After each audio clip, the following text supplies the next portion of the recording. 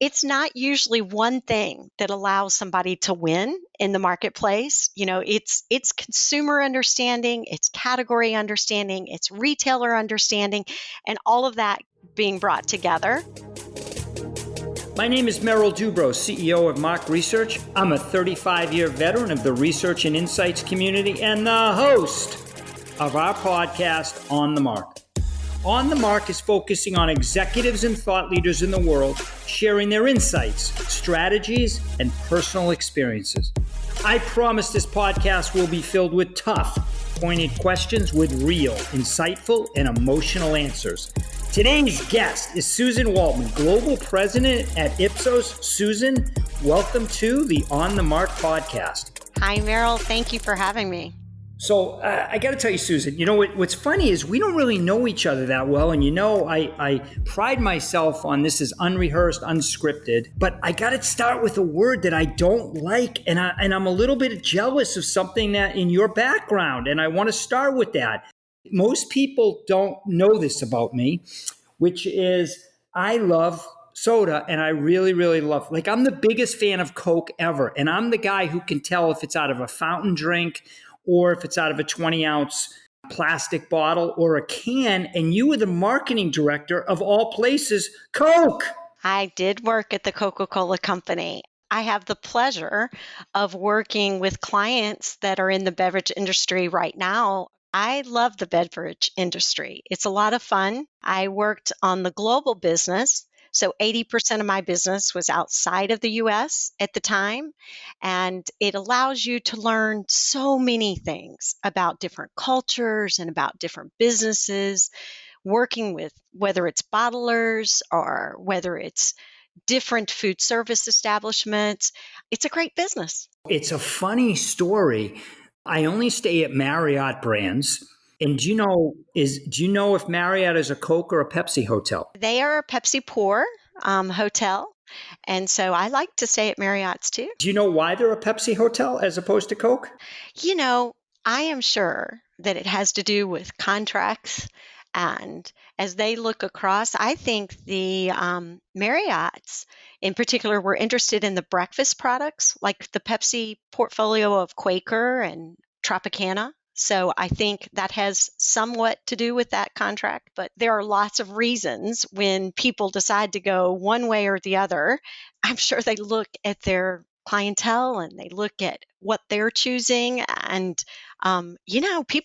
people love choice. So I'm sure that they go back and forth for lots of reasons. It was told to me, and I have Googled it, and it has come up kind of like this. I guess back in the day, Bill Marriott wanted some additional terms from Coca-Cola. At one point, they were having a little bit of a rough time, and Coke, for whatever reason, wouldn't give them the terms that they wanted. So he went to Pepsi and never looked back, is what it was told to me. Isn't that interesting? It is. It really is. Yeah. Bill Marriott is a smart businessman, probably somebody in this food service world that we all learn from. A good golfer too, I hear. Oh yeah, I didn't know that. I actually read his blog, but I didn't know he's a good golfer. So there you are. When I look at your background, you've been at what I would call arguably the greatest client organization to work at, and especially starting in your career. You started at P&G and you were there for almost a decade. Do you remember that experience, and what were some of the key takeaways for you in your career?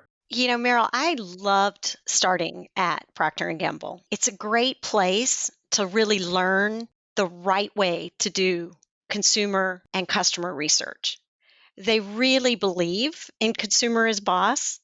And I got a chance I graduated as a chemical engineer. So I got a chance to really apply good technical problem solving to the area of products research. As I moved up in that organization, one of the things that was just so amazing as a young person to learn is how you can make a contribution in the research field at the very early ages of your career by just being curious, by just wanting to know why people do the things they do with this insatiable appetite. And P&G is one of those organizations that will give young people a wonderful opportunity to contribute on large businesses, big brands. And, no better place to learn the right way to do research and to be rewarded for doing it well. Yeah, I mean, well said. If I ever had a desire to go on the client side, and I never did work on the client side, I would have loved the opportunity to work at P&G early on in my career. It would have been there and Frito-Lay, right? I just felt that they were the breeding ground for research superstars. But it's interesting because you're at P&G, you go to Mead Johnson, Conagra Foods, Coke. I mean, you're talking about four of the iconic company client organizations in the world, some of the biggest brands in the world. And then bam, what do I do next? I go on the supplier side. How did that come about? I mean, right? Because that's kind of funny. Yeah. A person I had worked with before at P&G at the time was leading a large organizational part of Ipsos and said, "Would you come over to the partner side?" And I said, "Would I be any good at it?" Like, I don't, I'm That's like, great. I don't know. Um, what I found out, which is probably what you find out about any job, the things that you think you're going to be great at, you might be okay on those things. The things that you worry about may not be the things you should worry about. So I only tell you that in the sense that I think people who are in client organizations or in those big, great companies that we were just mentioning, everybody has a customer.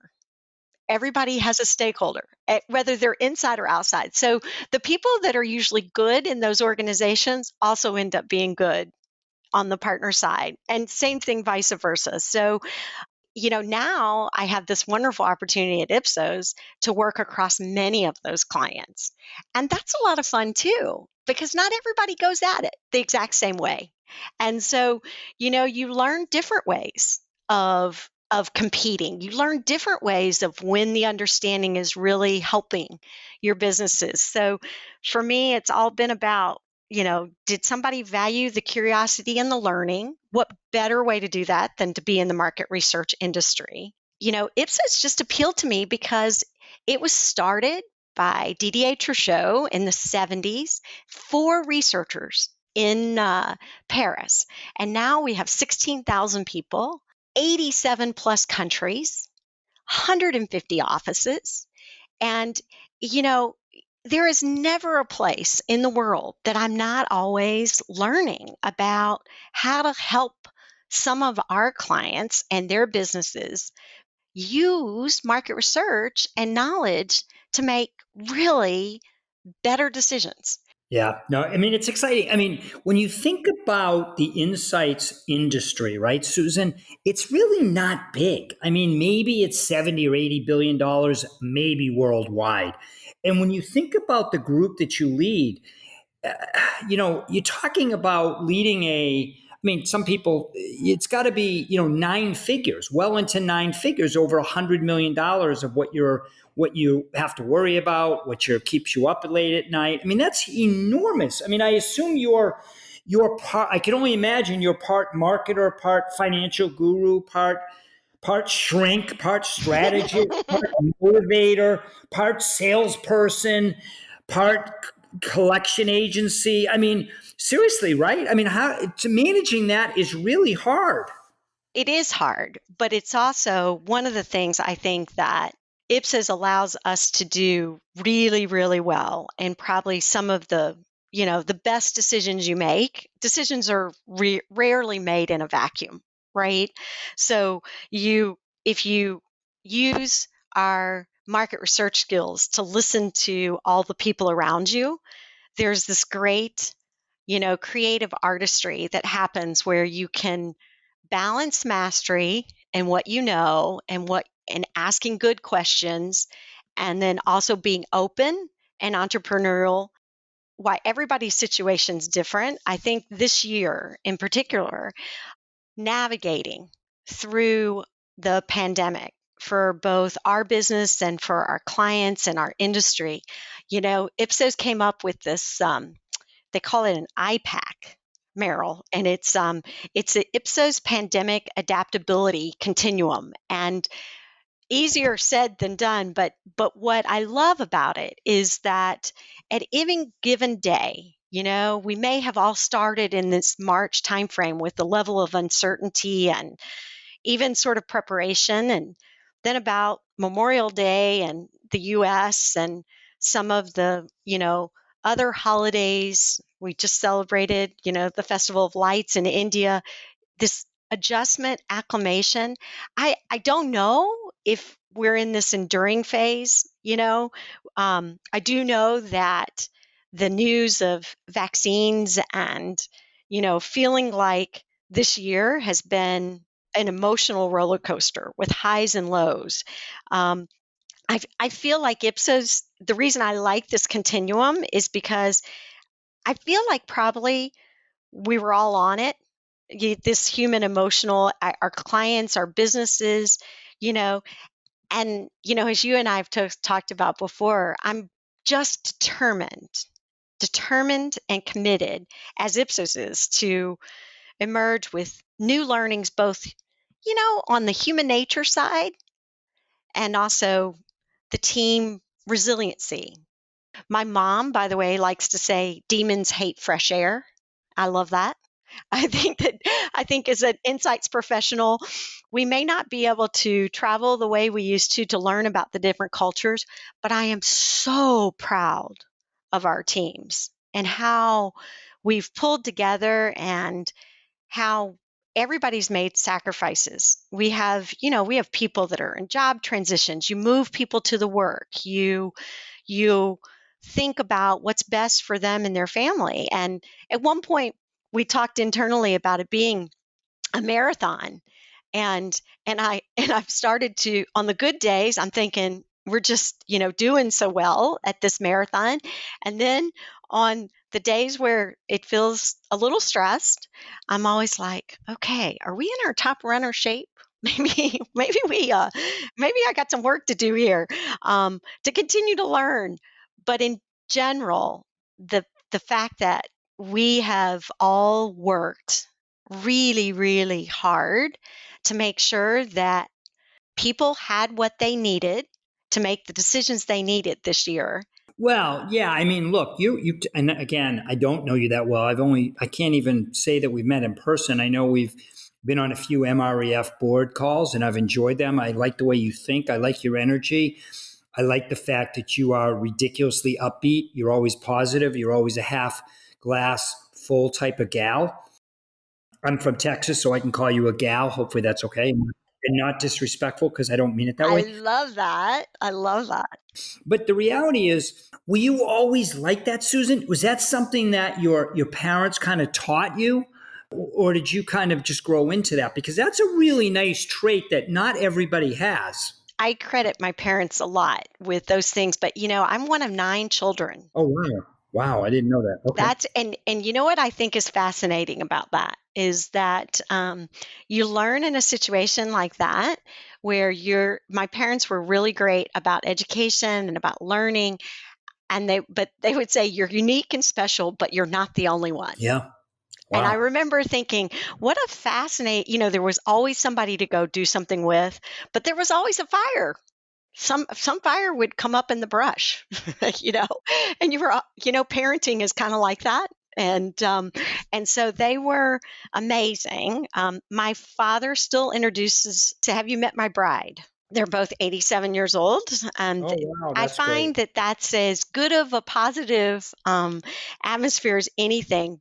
But I think in general, what they were always about learning. And there are a lot of physicians in my family, so they have had one heck of a 2020, and they're married to physicians, so you can imagine how that feels all the way along the lines. And you mentioned Market Research Education Foundation.